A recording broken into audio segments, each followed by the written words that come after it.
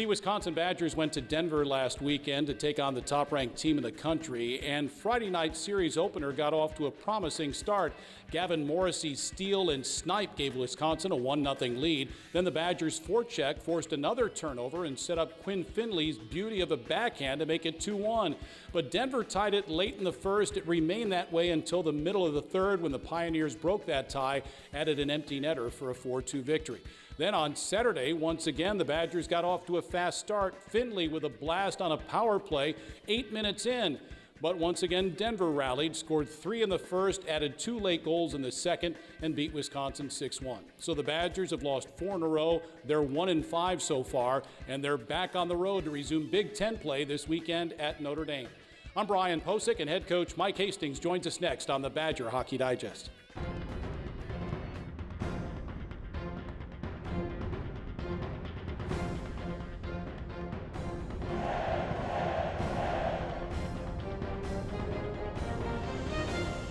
The Badger Hockey Digest is presented by UW Health.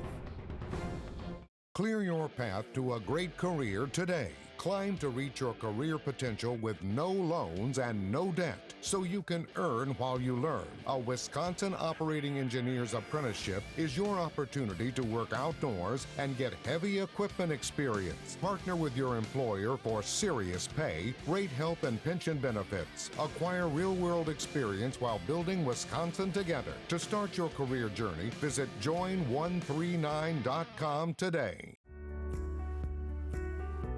We believe in education. We believe in public schools. At WEA Member Benefits, we believe in helping Wisconsin public school employees and their families achieve their financial goals by providing personal insurance, retirement and investment, and financial planning programs that are designed specifically for the education community. Proud partner of Wisconsin Athletics, WEAbenefits.com. Well, Mike, obviously this is not the start of the season that you wanted or your players wanted or the fans wanted, for that matter. As a head coach, you try to give your guys the best chance to win, but you also have to deal with them as young men and handle whatever they may be going through in their minds. How is the psyche of the club right now? Well, you know what, I think at times really well, and at times there's some questioning, but that's, I think for the situation that we're in, that's kind of status quo. We've just got to change, I think, a little bit of the perspective and control what we get to control. We don't get to control what's happened. We need to learn from what's happened and then keep our focus on what's in front of us and make sure that we're putting in the work that we need to put in to be successful. And the guys have done that this week. Yeah, I tell you, Friday at Denver, you had a chance to win that hockey game for a long stretches. You outplayed the top-ranked team in the country, so you can build off that. Yeah, and I thought, that started that previous Monday, where I thought we put together a really good week. The only day that I thought maybe wasn't a ton of progress was on Thursday, and you and I have discussed that. I thought it was an okay practice once we got there, but I thought the guys regrouped and played very well on Friday and put us so we got a good start, ended up playing with a lead.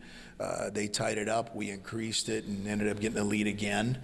And I thought we played a very good hockey game on Friday, and as you said, carried a lot of the play, but didn't do it enough. Yeah, and then Saturday, Denver, I think, was a little ticked off with the way it played on Friday and kind of showed you that, didn't it? Yeah, good hockey team. And again, though, I thought we weathered the storm early, come out and something that we've been working very hard on is our power play, and they make a difference and give us a 1-goal lead. And then I think we got a little loose at the end of the period, and when you do that against a quality hockey team, they can extend leads. Our puck management in that first period wasn't what it needed to be for us to come out of there equal or up. And I just thought they took advantage of that, as good teams do. Yeah. Quinn Finley scored a couple of more goals. He's up to 5 in 6 games this season. And freshman center Gavin Morrissey had a goal and 3 points against the Pioneers. Boy, he doesn't look like a freshman right now. No, right now Gavin's carrying a lot of the load. He's probably in our top 2 as far as minutes played. He's centering that line with Mosley and Finley. They're getting a lot of ice time, but he's also doing it on the special teams, whether it's on the power play or the penalty kill. And a mentally tough kid, and really is, I think, blossomed right in front of our eyes. Now we need some other guys to take advantage of that example setter and follow his lead. Hey, let's take 2 minutes with freshman centerman Gavin Morrissey. So, Gavin, you're from Rochester Hills, Michigan, which is a little bit north of Detroit. So did you grow up a Michigan or Michigan State fan? I did not, actually. I grew up mostly in Ohio. I moved to Michigan when I was 15, and I never was really a college, so I wasn't an Ohio State fan either. So I'm kind of neutral in terms of fan of the Big Ten. All right, you like Wisconsin? Yes, of course. Okay, we're all good then. Yeah. We're all good then. So you grew up in Ohio, then to Michigan, always played hockey? Yeah, it was something that I just did always, and my dad had an opportunity to work remotely, and we had a lot of family in Michigan, so we moved up there, and it was a lot easier to play hockey in a big city like Detroit, and especially with one where Michigan's such a big state for hockey, so it made it a lot easier for my hockey career. Yeah, Red Wings fan? Nope. Bay Area family, so San Jose Sharks was my team growing up too. Oh, really? Yeah, so I'm all over the place. Okay, your favorite player? Growing up, Joe Pavelski was obviously a Yes. big one, but I was partial to Logan Couture just because he played a lot like I did. Okay, describe how you play. I would say I'm just kind of like a good mix of everything. I think I provide a lot of support to my teammates both offensively and defensively. Same thing with power play and penalty kill. So I think it's just kind of a good balance of everything that I bring to the table. Yeah, I know you played in the North American Hockey League and then won a championship in Fargo in the USHL. What was that experience like? It was amazing, honestly. My 2 years in the Null were really big for my development. I learned a lot in Austin where I was playing, and then last year in Fargo was just super special. We had an amazing team, and just to be able to kind of piece everything together and win a championship at the end was just unbelievable. Yeah, I know coaches Mike Hastings and Todd Connaught were recruiting you, and you committed to Minnesota State originally. Yep. And then Coach Hastings and Coach Connaught come to Wisconsin. Did you have a feeling you were going to go where they were going to go? I was unsure at the time. I hadn't really thought too much of it. It all kind of moved along pretty quickly. But you know, when they reached out and I had the opportunity to kind of follow them, and they showed a lot of just faith in me originally, and when I was maybe a little bit of an underrated player before. But so I just kind of wanted to stick with the coaches who originally recruited me and who had faith in me from the beginning. This is a hallway. Doesn't evoke much feeling. But to those facing cancer or a complex condition, it feels like relief. Because all the doctors, treatments, and technology you've been fighting to find, they're all right here, under one roof, connected by hallways instead of highways. Welcome to East Park Medical Center. UW Health. Remarkable.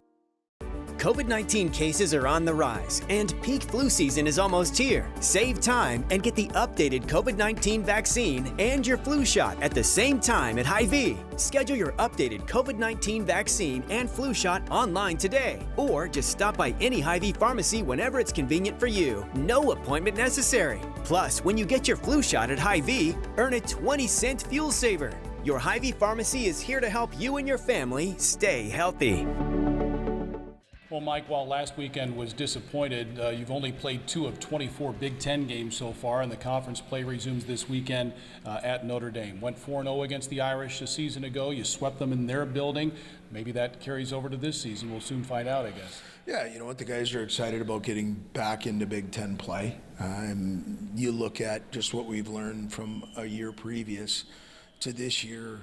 If you can do well within league play, you can make up a lot of ground. And so for us, it's about finding a way to get that first road win in Big Ten play, and we'll have that opportunity on Friday. And I know we've talked about the lack of goal scoring so far. Goaltending, too, needs to improve a little bit. Tommy Scarfoni, the senior transfer from RIT, and then William Grama, a young man who hasn't played very often. He's got the athletic ability to be a pretty good goaltender. One of those two maybe will take the reins like we saw Kyle McClellan do last season. Yeah, we need somebody to grab that net and say it's mine, and give us an opportunity.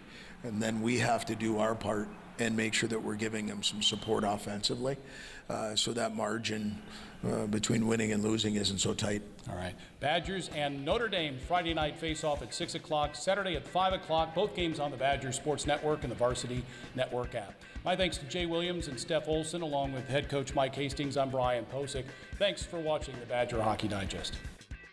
This has been a presentation from Learfield,